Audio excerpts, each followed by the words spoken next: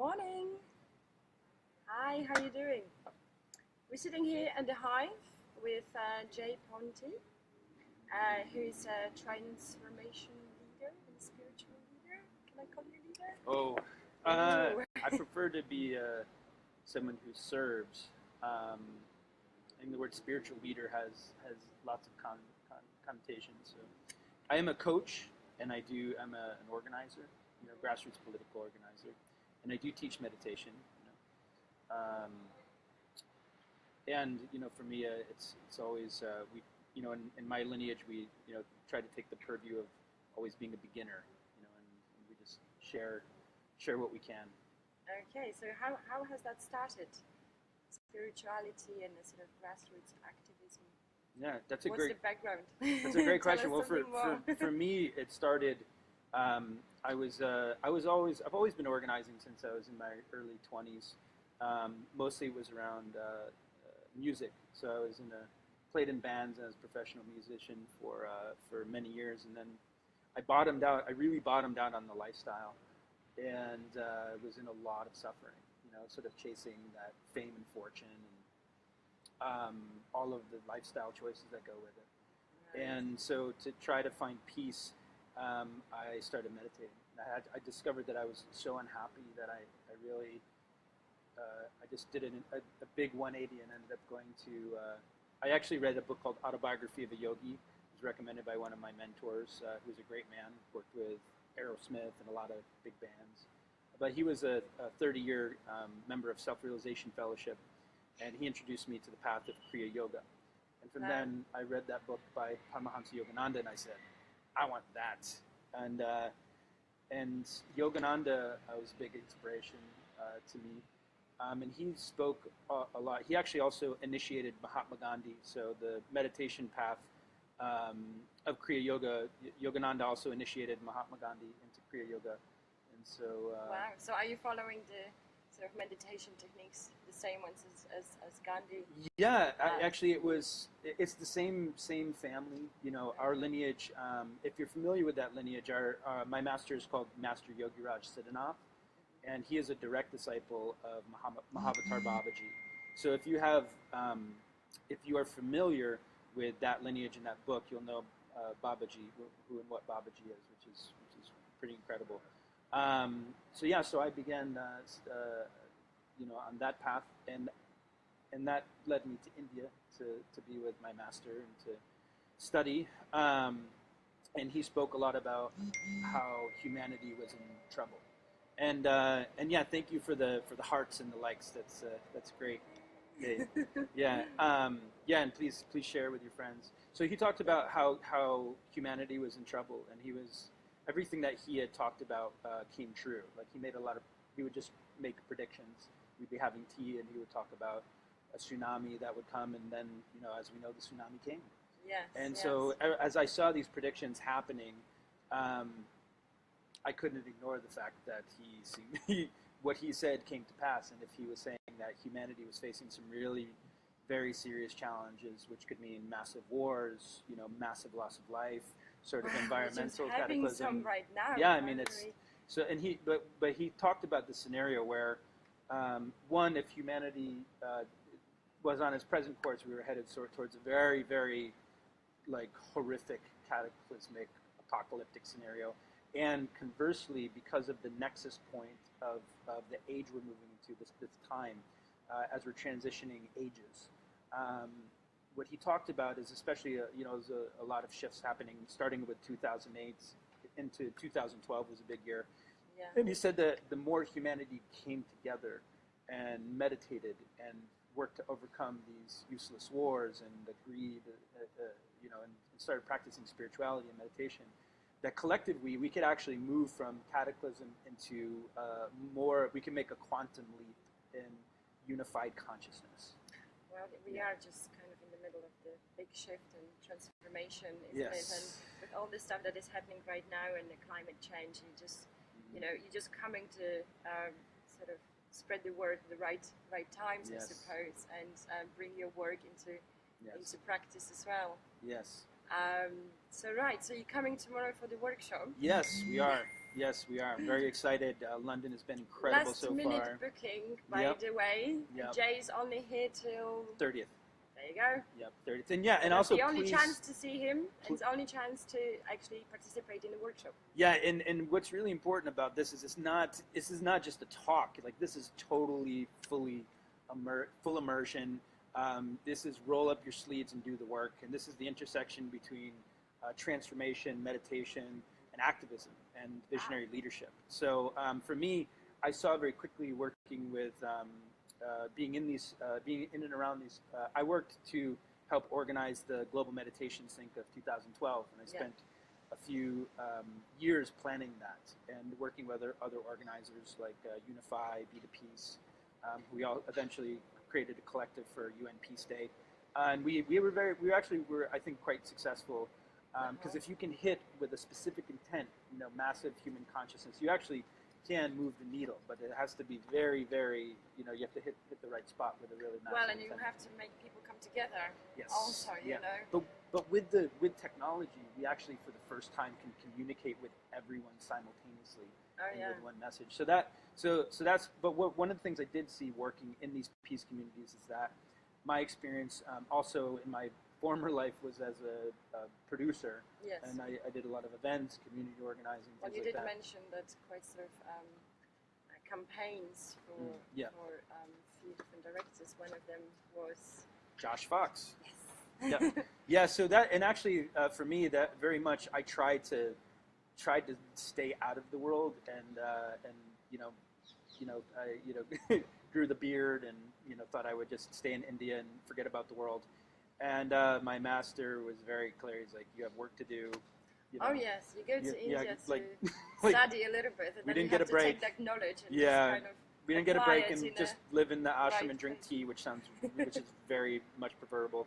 But yeah, we're here. We have work to do. We have to do our karma, and later in life, hopefully, we'll get the opportunity to just focus on that. But he was very clear that we all had a lot of work to do, and so for me, what I saw that working in these peace communities is a lot of times I noticed a real disconnect between, like, we often live in a bubble in these intentional communities. So, we may want peace, we may want the preservation of our, we may want the preservation of our planet. We may want to stop fracking. We may want to do all these things, but the governments, those who are still unconscious, they don't care because they're where they're at in their consciousness, which is mostly focused on money, greed, power, at the expense of the planet and its people. So what I say is that there must be an alignment between our intentions and the results. So, and that's a lot of what we're going to talk a lot about. How do we align our intentions to create the results? So for me, I got much more involved with grassroots political organizing, and eventually working with members of Congress, and then in the I worked with the Occupy movement, mostly in Los Angeles. And then when Bernie Sanders came around, it was like that was the big moment. Right. And if I can stop you there, sure, because you obviously mentioned that you worked with the Congress, and so how is working with the politicians? What was it, a workshop, a seminar? Did you have any sort of one-to-one trainings, or how did that go? All those about. So for me, I started working with congressmen like Tim Ryan, who wrote a book called Mindful Nation. So working to put together legislation for meditation programs, holistic programs for PTSD veterans. Also worked with Ted Lieu, who's very passionate about climate change. And sort of working with strategic. I really feel like actually most of the best work can be done on the local level. So working with your local city council, working with the mayors is actually real grassroots change. I think starts on the local level. It's kind of like an inside out, almost like a ripple effect, because currently councillors are actually looking at communities, are actually starting to listen to the communities, and it's very important to sort of bring people together from on the local level to influence the policy making and influence what's going on there. So I think the voice of the people is very important in changing the consciousness. And actually, I'm very curious and interested about what just happened with Jeremy Corbyn in the love Corbyn. We love Rebecca, Corbyn, yes. we love Corbyn. You know, the Sandernistas and the Corbynistas. The kindred spirits. So I've never seen so much of a political action on the Facebook before the elections. So well done, all of you. Yeah. So, but what did you see? What was the tipping point with that? Because I understand there was quite a big, insurgence, and I mean that in the most positive way. Where we heard that Theresa May was calling it a victory, hands down, and then the people rallied. So what did you see? What was the result? What was the reason for that? I mean, I've seen quite a lot of support from people, and I've never seen. That's why I mentioned I've never seen such a support for a politician just before the elections. Yeah. Social media, around, and I haven't really seen so much talking about politics, and actually people that normally wouldn't vote being engaged. Yes. So that was really important, sending that message and actually encouraging people to vote, because if you don't vote, you can't really change anything. I can't vote because I'm not British, right. But at least there were people that were still pushing others to vote that could vote. Yeah, and I mean now certainly everybody has a voice, and certainly we can vote with our dollars, we can vote with our voice, you can stand up, you can. And what we discovered is this incredible intersection between the outside game and the inside game. So working with allies in positions of power, with policymakers, and then the grassroots organizing on the outside to. And that was part of my start. I actually used and leveraged the yoga communities, tried to create yoga, use the yoga, spirituality, peace communities, the various influencers and celebrities I work with, which created value and to work with some of these policymakers, and that's how it started. So we discovered that as a powerful thing.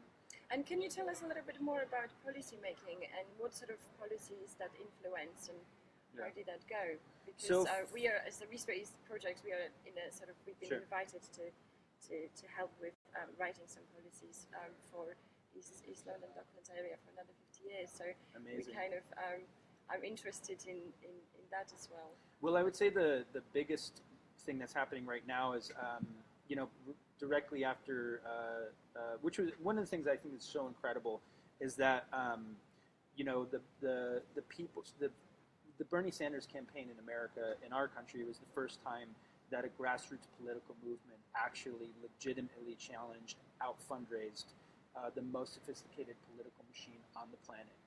With the maximum corporate money, all of the Washington elite power, massive corporate support, and we out-fundraised based on small donations, which is absolutely unprecedented.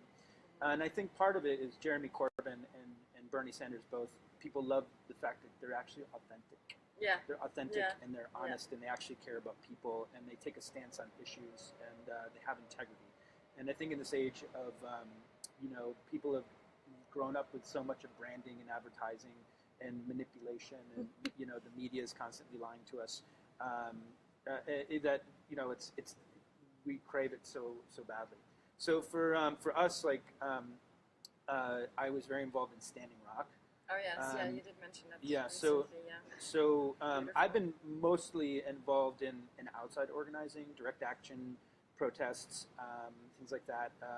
But we was able to start a campaign with the help of Susan Sarandon and some incredible people.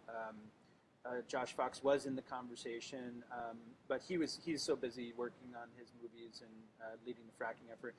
So he was in the conversation, but really the main allies were Robert Kennedy Jr., so Bobby Kennedy, Dennis Kucinich, Shailene Woodley.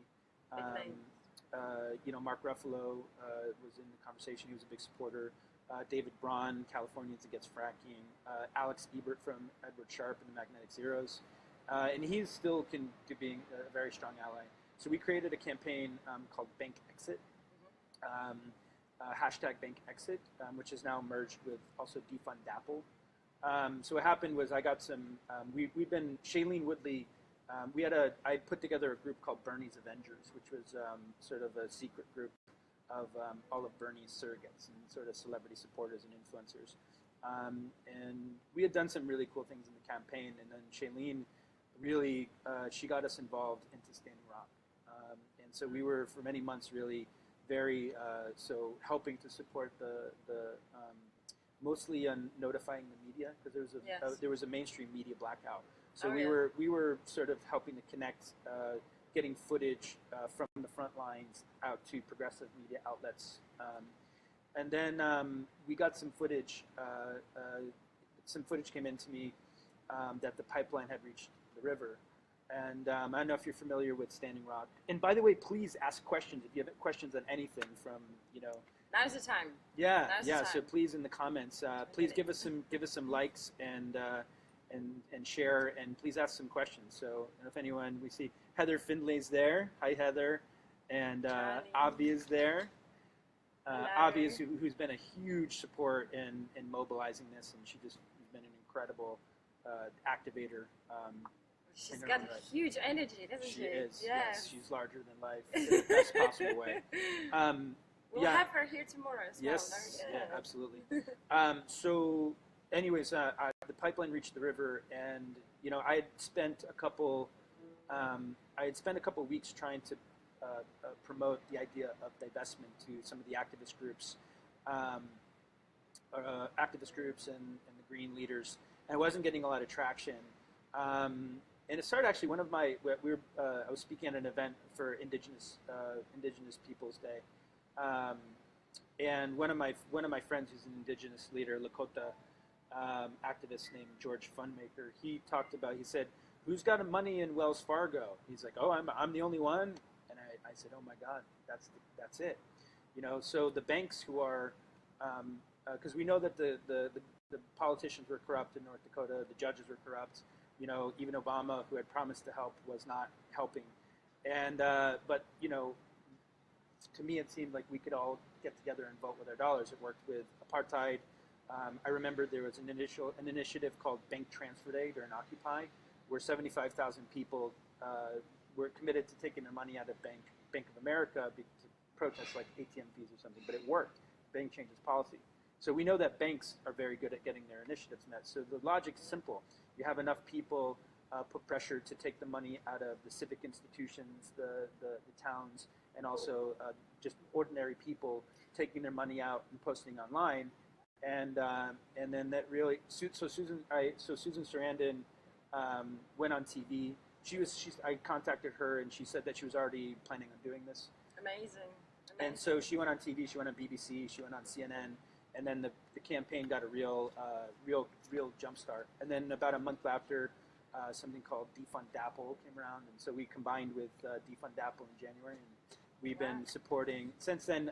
I think Seattle has divested. U.S. Bank just decided to divest. So in civic divestments and individual divestments, I think it's something at $5.6 billion. So if you have money in HSBC, we encourage you to take your money and put it into an institution that's not invested in fossil fuels and climate change. Selling of the arms. Yes, correct. So and you can vote. You can vote with your dollars. So and go online. Very important to post about it online. So we use hashtag #BankExit, but if I'm sure there are other ones as well. So there's been a very strong initiative in LA. But actually, through the Bernie Sanders campaign, it was really. I'd been in the climate change conversation, but it wasn't until I saw Josh Fox's How to Let Go of the World and Love All the Things That Climate Can Change. We had it screened here. What did you think of that movie? A beautiful, inspirational story, very sort of taken from a personal point of view, with a little bit of a personal story. And it did make us cry a little bit, because obviously, what's happening right now in the world with the climate change is quite disturbing, and we already sort of passed the tipping point of raising sea levels and raising temperatures, unfortunately. Yeah, I guess 160 in Arizona coming up. Yeah. And I think we were quite full for this movie screening here, so there's obvious interest in what's happening in the world right now. What else I would say about that? What inspired you about that movie? Facts, a lot of facts, bringing. It's like, oh my God. Yeah, Like, what? kind of, sort of more scientific point of view. And I think this is what sort of convinces people right now, especially with, just, a few years back, American government still denied climate change, which is just an absurd. So, those tools used by, directors, by workshop leaders, by, quite a lot of people around the world do convince people to actually change the way they live, because the change starts from us, inside out. In your household, it depends on whether you recycle, where you buy your food from, how you commute to work, and so on, so on. We actually can make positive changes, starting from changing our lifestyle. If you think about the dependence, go vegan. The dependence. Well, I mean, if you think about it, cows. A lot of it is methane. Methane's a huge part of it. The petrol we use. Think about all of your Starbucks cups. So if we, if everyone just started repurposing even, or making different lifestyle choices. So who we have? We've God afternoon. Constant pressure is the only way, says Rita. Yeah, absolutely. And really working with the indigenous leaders. Their purview is every decision that is made is they think about how it affects 7 generations, and right now, even one generation, the track we're on, we're looking at a very bleak future. Like once we're on track to cruise past the 2 degree temperature raise, which is going to mean 4 degrees for Africa. Yeah. And it's going to get real. It's going to get real. So anyways, the purpose of this workshop is utilizing tomorrow. Yeah, 7 tomorrow. So in the Hive. So Thursday. we love it. I mean, it's incredible if you are an organizer. I mean, it's for this technology can be used. The principles, the exercises can be used in any area of your life, career, relationships. We're going to be doing a lot of really juicy vision work. So it's meant to evoke what it is you really want. And then also uncover what are the limiting beliefs that maybe have been stopping you up until now. So that's the crux of it. We will also be offering some simple techniques of meditation from Master Yogi Raj, a very simple meditation called the Siddhanath Golden Lotus, which I love. It's a heart chakra activation. It dissolves karma. It awakens kundalini. It's very, very, very powerful, and it's very simple. It dissolves stress, and it's for me. I see that the activists a lot of times are in a conversation of victim, blame, judgment, which is completely disempowering. So if you're in a victim conversation, you're not realizing that you are the creator and generator of your reality. Everything comes from inside of us. Like when Gandhi said, "Be the change you wish to see in the world," that was not a passive statement. It means that you have literally the power of the creator inside of you. So when we're in a victim conversation, blame, what happens also is a lot of times there's a lot of infighting, gossip, and actives. So you have passionate people. And so this is sort of understanding some transformational distinctions of universal principles that Gandhi actually was able to apply and mobilize 100 million people to act as one. So he was very conscious and very deliberate about the principles that lead to success. And that's really, we're at such an urgent point. I really feel called to, and conversely also I want to say that in the spiritual communities, we're very good at focusing on our own practice, but a lot of times I believe there's we're out of an alignment with this. We have an intention for peace. We believe that our vibration will cause peace, and I believe it does. I really do believe it has an effect. But I believe that the degree to which that intention actually creates the result, because people in, was it here? Where's Parliament here? We have Washington, D.C., you have Downing Street. Yeah. Downing Street doesn't care. Like, they don't care that we want to stop war. To. Yeah, right now. So it's really important, so... Yeah. So you said that it's not going to be just a talk and a seminar. There's going to be in a Facebook description event page. There's something that you mentioned. We're going to be doing something. You're going to roll your sleeves up. So there's a lot of really juicy exercises. It's going to be very high energy. We'll also be practicing the Earth Peace meditation, which is very powerful. we practiced this Earth Peace meditation at Occupy LA when 1,500 riot police showed up to take down the camp. So we had 1,000 people camped outside of City Hall for 3 months, and they showed up one night to take down the camp. 1,500. If you imagine the cost involved in mobilizing 1,500 police with everything. So we that's all taxpayers' money. Correct, exactly. So we practiced this for about 2 hours. These two techniques for about 2 hours. 50 of us practiced on the steps of City Hall, and I don't have any science to prove this. I don't want to make a false I don't want to make an unscientific statement, but I will say the moment we finished these Earth Peace meditations, 1,500 riot police at 3 in the morning made an announcement. They decided to go home. So they came back a couple days later to take down. Positive energy, that's It's powerful. So we've seen a lot of results. So we will be praying for world peace, for our policymakers to have good sense, for our activists to heal, for the earth, and also for the Grenfell victims. I think we would like to send them our best wishes and send some healing energy. Would love to take in questions if you have questions about anything, whether it's activism, organizing, individual, questions.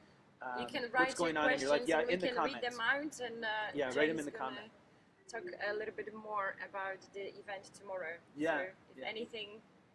Yeah. So ultimately, what the crux of this is based on the set of assumptions we make up when we're kids, we create belief systems about the world. Yeah. It's like no one is born a Muslim, a Buddhist, a Hindu, a Christian. No one's born that. No one's born a Tory or Labor supporter. We're born or humans. Correct. Correct. Foremost. Yeah. And kids are really a blank slate. But what happens is between the years of 0 and 7, 0 to 8, something like that, what happens is our paradigm gets set. Oh, yes. And the beliefs we make up about ourselves, about the world around us, that eventually creates the filters through which we see the world. So it's sort of like if you have a Manchester paradigm versus Liverpool paradigm, So it's sort of like a Liverpool supporter and a Manchester supporter. They're never going to agree because they both have their own paradigms. I've seen a really good advert yesterday about the Denmark television, and it was just an advert about the television, and it divided people into different groups according to their religion, what they did, and so that created sort of subgroups. And then once they stand in those sort of circles or squares, they've asked them questions, and based on that questions, they kind of led them into different circles. Mm-hmm. So the questions were about what the sexuality was. People started mixing, obviously, who was bullied at school, who bullied people at school. So based on that, they kind of regrouped, and they could see that I actually participated in something like this. Oh, have you? That was brilliant. What was this?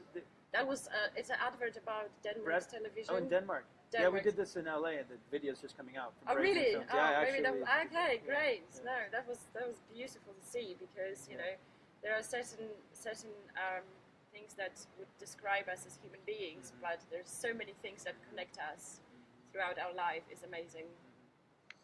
So anyone, no questions? I see with no questions. Still waiting. Maybe it's too early. Maybe it says 7 a.m. on your laptop. Yeah. What's the time here? 12 past. So anyways, we'll be talking about all of that. So are you bringing anyone for the workshop as well to help you out, or?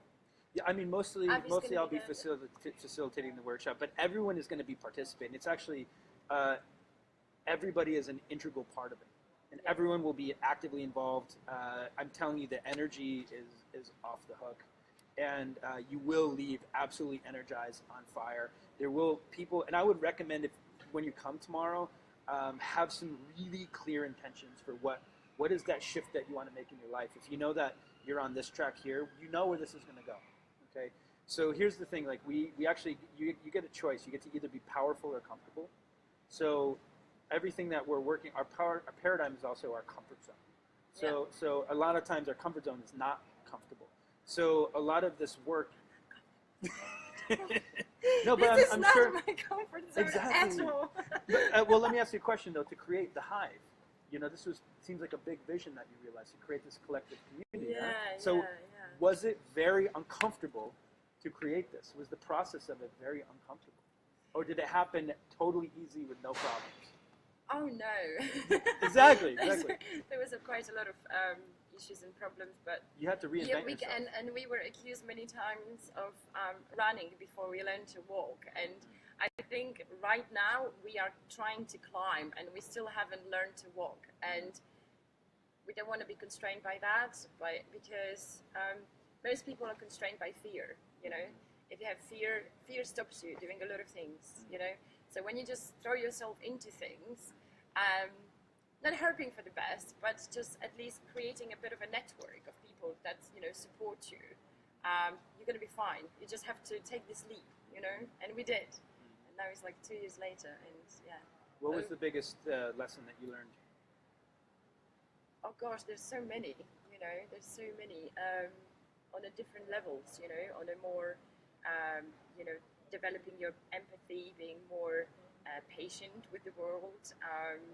There's a lot of skills as you would get from working in the office. There's a lot of coordination, organization. There's a lot of promotion. Learning new ways of doing those things as well, and looking at it from a different point of view, because you're working with the people, and there's so many different different people around. And how do you? Yeah, a lot of personalities, a lot of egos, a lot of creativity, and you want to kind of utilize all of that and everyone's skills to do something as a group, as an organization. So there were a lot of pitfalls and whatnot, but we kind of overcome quite a lot of them, and and now we just made a huge connections outside, and made friends with politicians, made friends with councillors, and doing all of that is not only about providing for the culture, music and arts, but also creating this dialogue between the communities and the governments, and influence those policy making, and that would change the way we live and the way things are being done. So what would you say is the biggest challenge that comes up? Avi says, that's okay. My son was climbing before he learned to walk. Of course he was. I was too, actually, when I was little. Yeah, come on, Avi. Do you have any questions? Let's get it. Let's have a juicy one. I love it if people try to stump me too. You can get anything from if you want to get really esoteric, that's really fun. Really esoteric spirituality, about meditation. Any question you want, we'll do the best we can. Or about organizing. Alice does. Well, let's see what Alice has to say. So for you, what do you see as the biggest challenge? The biggest challenge that your community is facing now internally. So if you're a community that has that is trying to get these initiatives passed, if your community was your team, what would you say is the biggest challenge that your community is facing right now, as you see it? Convincing people, because convincing the outside people, or convincing to actually put words into action. Yes. Because it's all about enabling, empowering. But firstly, you start with the inspiration, so you inspire people, and that inspiration sort of enables and empowers them to do something. But there is still the last bit of the actual action, that changes things. Yes. So we can all sit and talk and predict. I'm interested in doing things. Just leave the talking behind. Let's just do things. We can talk meanwhile. Yes. So actually, signing those petitions, writing the letters to your councils, engaging in the community movements and engaging in the grassroots organizations, being there, going to protest, putting your name somewhere, that is visible. There's quite a lot of, petitions going on about a lot of important stuff. Sign every single one of them. Start recycling. Don't buy clothes from high street, It's very important where you leave your money, because, this is how they manipulate the world. with That's right. our money. And for me, there's also, I believe there's another another layer to that. So and as we come together, so first question for me.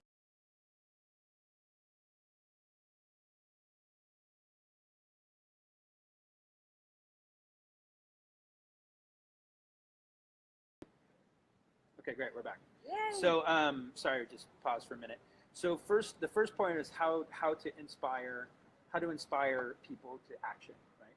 Yes. Okay, so this is a process of enrollment. Okay, so enrollment, there are different layers of enrollment. So the first level is sort of like, you can't make me, I don't believe you, and you can't make me, which is probably how most of the conservatives feel about the message that you're saying. So they have a different set of ideas, and different values. So the first is to help people to see their vision in the vision. Okay, so they need to be able to see their vision in the vision. They can see, how is this going to affect my life? How is it going to connect with my children? So there's a lot to talk about there from when it comes to how, and I find with activism, a big part of that, it comes down to how we message. Are you talking to people's listening? Are you communicating effectively? Because what happens a lot of times in activist circles is we preach to the choir. Yeah. So we talk in a way that we feel, but it's not about just the choir is already, as we say, preaching to the choir. Like a lot of the activists and intentional communities, we live in a bubble. So otherwise, you're just talking to yourselves. Yeah. So the question isn't that; it's how do you reach Joe the plumber? That's the real thing. So once you can reach Joe the plumber, once Joe the plumber can care enough to take a distinct action, even if it's a very small action. So first, you have to we get to communicate in a way that they're effective. So there's a lot of ways we can do this. Whether it's finding what they care about, maybe it's speaking to them in a way that they care about. So if they care about financial responsibility, for us we care about progressives, probably labor. We're very passionate about the environment, about thinking about the collective, about serving, helping people. People with a more conservative background, they don't think in the same way. Yeah. They want to think more practically. They want to look at individual responsibility. So you want to use different language. You want to use different language if you want to reach them about. So if we're talking about climate change, you want to talk about energy independence. Yeah. And you want to talk about energy independence. You want to talk about how can a green revolution create jobs. Yeah. That kind of thing. If you want to talk about war, we're like, well, how the government is wasting billions and trillions of dollars on these useless wars that just create more war. So, but you have to talk to someone's listening. If you're not talking to their listening, it's not going to happen. So Avi asks, question, where do you find hope? Where do I find hope? Oh my word, I am so hopeful. It's crazy. So if you were a part of the conversation before Occupy movement and then the years leading up to the 2016, it was very, very, the amount of consciousness and activism. It was, always very small groups of people, generally not moving the needle much, honestly. Almost zero media attention. Social media hadn't really become a factor. And since 2016 has been a complete game changer. So 2016, I've seen an entire generation of millennials that just got woke. They got woke. And I see these the youngs, as we call them. My friend Winnie Wong, who is one of the founders, she actually created the hashtag Feel the Burn. She said she calls them the youngs. So the youngs at work. So people like Leo, come on, Leo. Why don't you come in? Come here, buddy. This is our friend Leo. Yeah, come in. Let's get a chair for. Let's get a chair. Let's get a chair for Leo. So, young member of our community.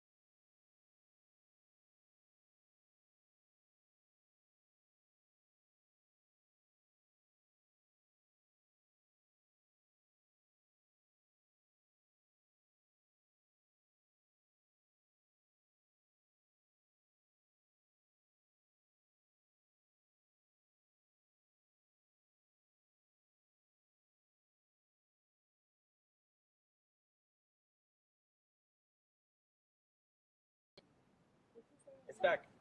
It worked. Yeah. Okay. Your intention is clear. Yeah, Here's I Leo, just thought I'm Leo did gonna meditate for 2 minutes over the video Yeah, stream. and actually, speaking of intention, we will be doing some really, really powerful intention exercises. Okay, great. He can move a straw and a pencil like this. We're showing him how to focus prana or chi or life energy. So before, so it's I pretty cool. called it the magic tricks, but It's not apparently magic in trick. alignment it's not a magic trick. It's in stars. It's like The force. Yeah. May the force be with you. So what do you think, Leo? What makes you feel hopeful? What brings you hope? what brings me hope. Well, what brings me hope is the community. What helps me and my friends. So they basically work with me and they give me hope. And if I can't do something, we'll work together and do it. Awesome. Wow. And why is it important, you think, for everyone to come together to make the world a better place? Well, the world is not a better place because the governments are doing wars every time, and it's just in America they have guns. You don't you don't have to scare the black people away. They're humans like us. Yeah, there's quite a lot of talk about it. Black Get Lives together. Matter. And Leo, 9 years old, just picked up with that. That's amazing. Yeah. So this is thank you this for is your what gives me answer. hope. Like, so like Yeah. the amount of information that do you hear this? So Yeah. and it's Conscious 9-year-old. it's funny too because we Amazing. spend and this is some of the stuff we'll be talking about.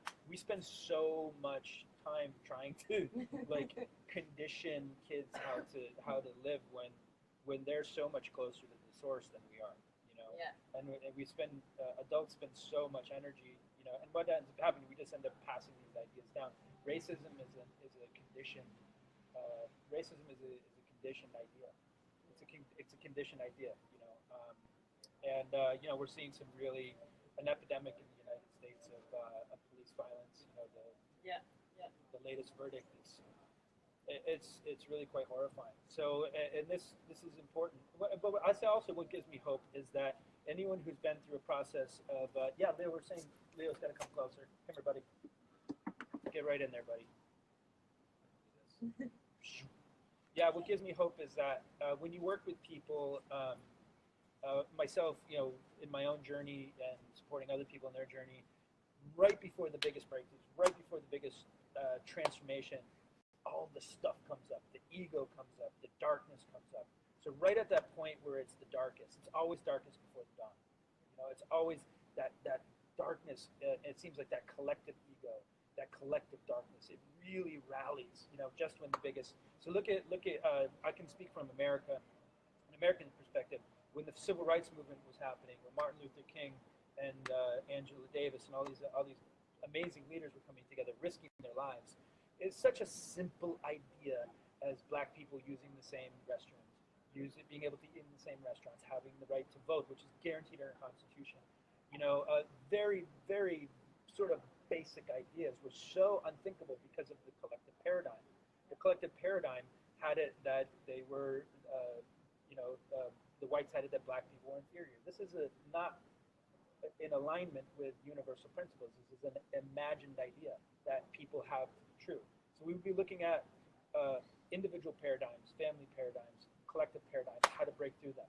But notice the moment we come up against that paradigm, what happens? How does society respond? With dogs, with burning crosses, with bombing churches. So it's the same thing. But what happened is their intentions were very clear. Martin Luther King understood that he had very clear objectives. His intention was absolutely clear. He understood the principles of nonviolent resistance. He understood the importance of it. He saw it practiced by Mahatma Gandhi. He saw that Mahatma Gandhi was successful. He employed the same tactics of nonviolent resistance. It was very skillful, but he had a very specific goal to create a change on a policy level. The ending of the Jim Crow laws were the tangible results, so we get to focus on tangible results. But what happened, Steve wants me to tickle Leo. I don't know. Should we do that? I don't know. I don't understand the reason why. Like once I went to America to visit my cousin. Yeah. I don't understand. My cousin had black friends. Yeah, kids. I don't understand why the police didn't go to the black mom. Yeah. And do that. Why? Why not? Yeah. Why do you think it is? I don't know. Because I want to know It makes why. no sense, does it? And they do it to black men. Yeah. Yeah. Yeah, there's an amazing documentary on Netflix called 13. 13. I very much encourage people to watch this. It really breaks down the history of colonialism, racism in the United States. So if you want to know more on that, and get confronting our own sort of colonial mindset, working with the indigenous leaders at Standing Rock was very mind blowing. Powerful, no? On a daily basis, getting my mind blown and really working to keep my mouth shut, and really, because we just don't realize it's like a fish that is in a bowl of dirty water. It just keeps getting. You don't realize how dirty it is until you get until the fish. I don't know what the fish is thinking, but you'll get an idea. But if you were to take the fish and put it into a clean bowl of water, only then would it realize how dirty it was. And so racism and colonialism is so ingrained in the subconscious, our collective individual subconscious. You notice that you notice the discomfort, around the talk of it. So, but yeah, I agree with you. It does not make any sense. It makes zero sense. Yeah, yeah. So, anyone else? Any other questions? What's going on in your life? What do you want to break up in your life? What do you want to change in the world? Do you have any friends that are active leaders that you would want to come in? Do you have things that you want to break up in your life? That's what we're going to be taking on. So, other than that, do you have any other questions about anything? Anything whatsoever? How long is the workshop? And Workshop what will are be- the prices? And just to more. Sure, great. So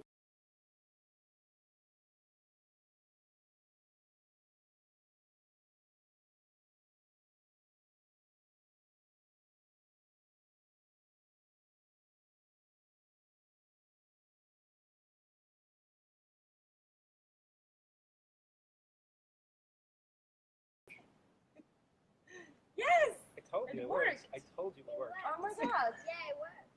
we have the power. I told you. Yeah, I told you. may the force be with you. I told you. Or So maybe yeah, you. word Okay. President Square. Where do you read the text? Yeah. Oh, So it's just over here. It's just written here, yeah? yeah. So so tomorrow. Oh, Shoshana joined. Hello, Shoshana. Hi, How Shoshana. are you doing? Does Shoshana have any questions? Or Shoshana is there has anything some she wants questions to about the workshop tomorrow. anything she wants to share? Shoshana, Maya, No, Shoshana. It's Shoshana. She's coming tomorrow. I'm sure she is. This is definitely a workshop for you, baby. Yeah, it's great. So if you any place that you are in your life where you want to break something up, if you're noticing patterns, same, different person, different relationship, same breakup, that kind of thing. If you're feeling stuck, you have this juicy vision that you really want to manifest, but it's just not quite happening. So this is what we're going to do. Also, maybe I'm indecisive. What do I want to do? I promise you, if you don't know what you want to do, you're going to get a much clearer understanding of that. So it's going to be very high energy, and it may not always be. I cannot promise you're going to be comfortable, all the time. But I would recommend take you out of the comfort zone. you're going to be out of your comfort zone. You get to roll I up am your right now. Yep, and you get to roll up your sleeves and do the work. So any other questions from you, Leo? Anything you want to Any say? questions? Anything you want to say to the people? What Give do you them some wanna hope. say? why did one person tell me, them to tickle me? Because Steve? it's funny. You see? No, You see? It's Maybe funny. he's saying, maybe Leo's saying, like, talking about his boundaries. Like, hey, man, lay off. Actually, that's an interesting point. Maybe that's something you do get to be more conscious of. Is adults sort of impose. Here we're talking about adults imposing boundaries, and you're like we're crossing Leo's physical boundaries. Yeah. And notice how in all it What's took your was that. boundaries then? My boundary. Ooh, you want to get vulnerable and authentic.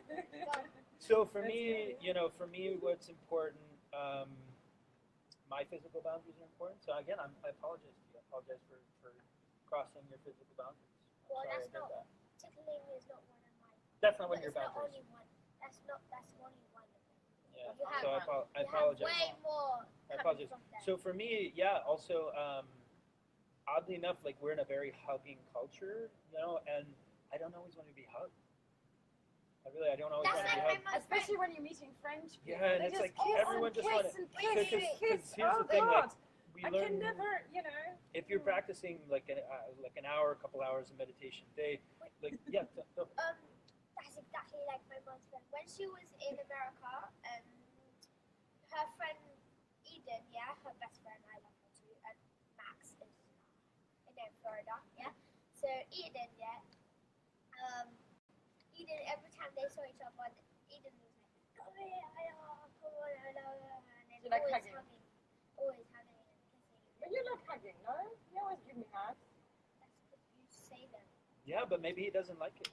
Oh, you don't like it? Okay. Maybe he doesn't so no like more it. hugs It's from interesting. now. Yeah, but maybe it's we ask permission, isn't it? You know, very good. Thank you for helping me to get There's a quite a clearer lot of awareness about hugging that. in Hive, actually. Mm. I've noticed. Well, here one of the things that's important, and if you want to hug, go for it. You know, but Yeah. one of the things that I learned from my master is that we have a physical body, we have an emotional body, we have a mental body.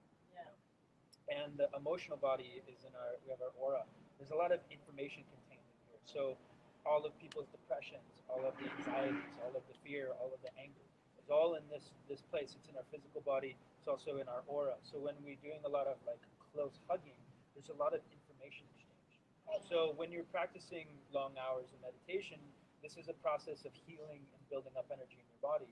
It'd be sort of like going to office and working all week, 40 hours a week, getting your paycheck, and just going and like making it rain. Like you wouldn't go out and just give the money to everyone. You know, now if it's your children or whatever it is, that's okay. But you know, sort of until we get to a certain point of realization, it's like Yogi Raj says, you have to be a billionaire to give away $1 million. You know, so Bill Gates can give away $1 million. So for me, I noticed that it's for me to be able to keep my peace is absolutely integral for me to. So when you're suffering depressions or anxiety, it makes it difficult to be an effective leader. It makes it difficult to have the presence of consciousness in God. Yeah, go for it. Just give me an idea. What is your idea? Wait, so why? Wait, what was that? Going back to it because He doesn't necessarily like to be hugged. Yeah. So he doesn't like to be hugged. It'll come back to you. We'll come back to it. Yeah. I would disagree, actually. I like hugging. And Of course. it's been proven to Yeah. influence the production of serotonin Sure. in your body. But I think it's very important maybe not to hug people when you are in this like kind of low energy mode, because then you can project things out that are not necessarily nice. Well, it does, because if one person has sort of more of a one is gonna get a boost, you know, and it just understand it's a beautiful thing to do. Yeah. Yeah, but understand that there's a transference of energy. And again, no one's forced to believe anything. This is just one perspective.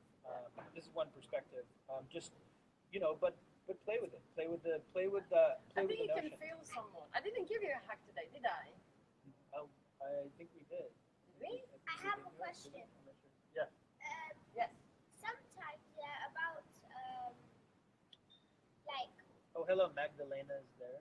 Hi, Magda. Hi, Magdalena. Do you have any? And also, if Magdalena has any questions, we'd love to hear from you. But what's your question? so. Sometimes when people are going up older, like I'm going.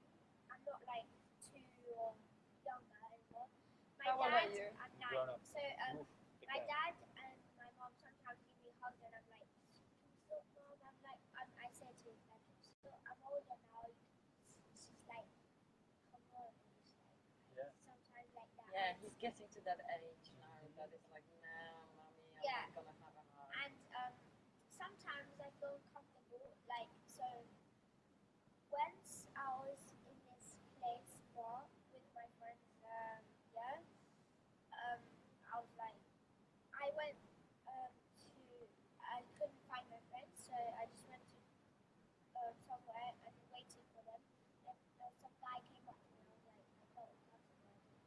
But you kind of filed it a little bit. You just, you know, Yeah. you filed the So I energy. told, I was just like, Well, there is. They can't hear. Can you not hear him? what, right?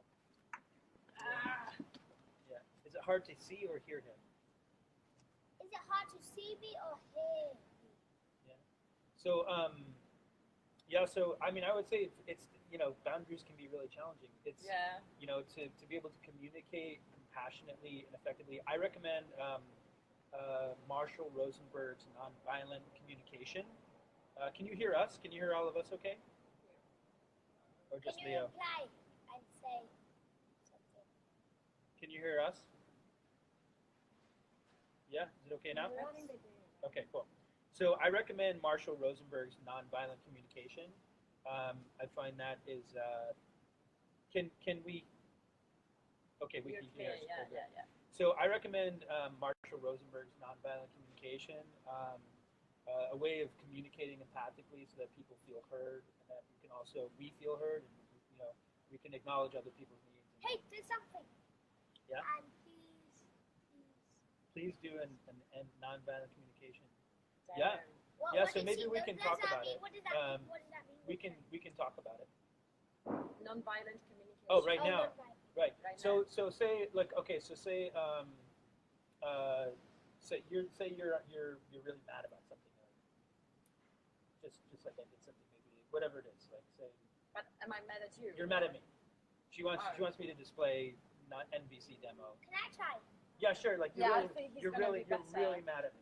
You're really mad at me. What did I did something cannot bad. be mad And at you're you. doing- You're coming to do the work tomorrow anyway, so that would be That's very unfair. difficult. Why can't you give me the phone? Because I want to play with it. You want to It's play with my phone? Fair. Well, what I hear you have a need to have fun, and I hear that you have a need to have some enjoyment, and I hear that you want me to support you in that enjoyment.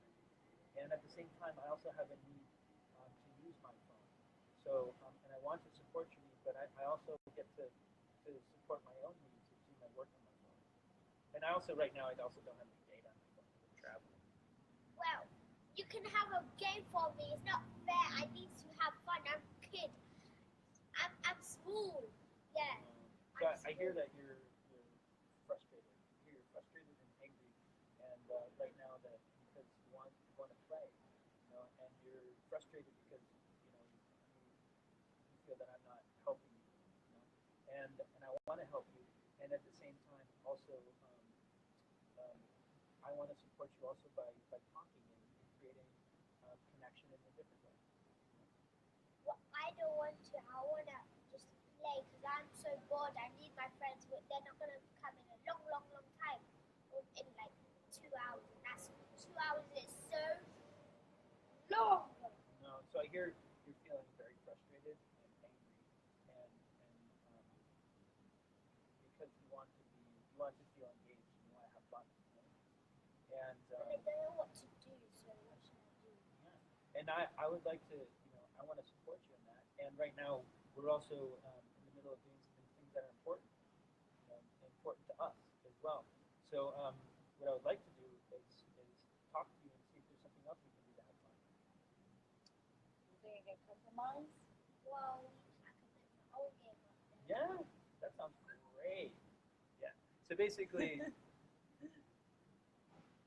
we can't hear you. So I guess that was hopefully. That's a bummer. Well, anyways, trust that it was amazing. Yes, we did convince him. Yeah. Finally. No. Yeah, and I actually Oh, yeah. I like the word I like the word enroll. Enroll. Yeah, I like the word enroll. Because I enroll like the means word. like Like I like- enrolling on a course or enroll means to- that how do you perceive it? so and again I'm experiencing a challenge because I don't also want to be conscious of in this moment not making you wrong. So I guess I'm experiencing myself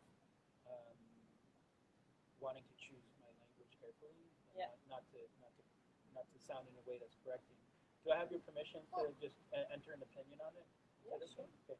So for me, convince is sort of to me it has a connotation of manipulation in some way. Like I'm trying to get So, but if someone is truly enrolled, you know, they see their vision in the vision, they see the value in it, and they are taking a distinct action on it. Yeah. You know, so if I'm just convinced and sort of, I might be convinced of something, but that doesn't mean that I'm going to take an action on it, and it doesn't mean that I am like sales is trying to convince us that we need something. You know, Oh, yeah. sales and advertising often are trying to convince us that if we had, we're going to be talking about this too. So if I have this thing, then I will. If I, you know, have this car, then women will want to date me, and I'll be really, you know, desirable, and you know, so that they're trying to convince me of that, and that's not necessarily true. But enrollment is a process of, it's a much more collaborative and cooperative. So I'm in tune with and connected with this. It's in my beingness. I'm connected with the wants and needs of people, and I'm working to create what's called a win-win. I'm not just trying to convince them of my point of view. I'm engaging with them so that they feel alive and engaged. So it's like pushing them on the path that they can discover Yeah, themselves. Yeah, exactly. Yeah. It's engaging. You know, it's engaging. This is really important to How what we're does going to do. she know what my name is? Because we've said that. She We have said- introduced you. She just said that. Yeah. We can't hear you, Leo and Azans. This is when you were talking. Yeah, they couldn't hear you. So I think we can probably wrap up now. Yeah, I think so. I want to yeah. say thank you for getting uncomfortable. She's like, okay, so I'm just going to be here for a minute, and then I'm going to go. And I'm gonna hide myself. I'm gonna hide myself. The laptop and then Yeah. I'm So, maybe asking If you're questions. coming tomorrow, so the prices are by donation. So 20 pounds higher donation, 10 pounds low donation, 5 pounds for unemployed suggested donation. We won't turn anyone away though. Please share this event. Please go click share. If you see the value in this, Spread the word. please share it to your page. Please click on share on the event. Share it with your friends if you feel that that's if you feel called to, if the spirit moves you. And if you specifically, if you know anyone who has a vision, maybe is feeling stuck, maybe is already committed and wants to take their whatever they're doing, their leadership to the next level, please bring them, because when we bring together actually people who are already committed activists, it is the intensity is really powerful. And the last I would recommend is when you do come, I very highly recommend to have a very specific intention for what you want to break up in your life, whether it's to get clarity on something, whether it's career, a relationship, a vision. Maybe it's to get clarity on what it is I want to do, you know, but have a really clear intention of what you want, because it's a potent space for that. So that's about it. But so we're at the Hive, So 6:30. It's gonna be visionary leaders Visionary workshop. Leaders Workshop. Please bring a pen and paper. Tomorrow Yep. at Hive Dalston, 260 to 264 Kingsland Road. And very important, you know, very 7 important o'clock. intention of people being on time, being our word. So this is a program, there is a curriculum, there's art to it. So, you know, show up like you would be at stake for your own life. You know, like really, if you had the opportunity, like if somebody said that I have a check for $10 million, Whoa. you know, you'd find a way to be on time. You know, show up, because when we show up with that level at stakeness, you know, you will be who you are getting to the workshop is who you get to be to create your vision. That is a yeah. And so please go on. There's an Eventbrite to book, and also click that you will be coming as well. So but please show up. You know, we're starting doors at 6:30. Is it? Yeah, 6:30. So Yeah. we're starting at 7. If anyone is coming Yeah, from starting work, at- we will have probably cafe open, serving food and teas and coffee. Yeah. So don't worry about that. We can, you know, you can grab something to eat here. Yeah, and if you're going to be late, it's okay. Just know that it's going to make sure you let us know on the event page or message us, and just know that it can delay the process. Can So, people pay by the doors too Yes. as well? Yes, Okay, it'll be good to know the numbers, but if Yeah. you're really rushing, Are they you can seeing? still pay by the door. Are they seeing them blue things? I think they are. They might do, yeah. Okay, there. if they So are, any other final parting words, Leo? Anything you want to share? No, but look. The mustache, is that a fake mustache? Or he's just pulling that? He's pulling that. And this reminds us of Rule 64. Never take yourself too seriously. It's important. I don't get that. Okay. Yeah, and so you can also contact Avi. She's managing the list as well. So please share. Thanks everyone for joining us. Thank you, Namaste. What is her name? Who said Avi. Avi. will Avi have has Avi to here. a list? Yeah. Okay, guys. Thank you so much for listening.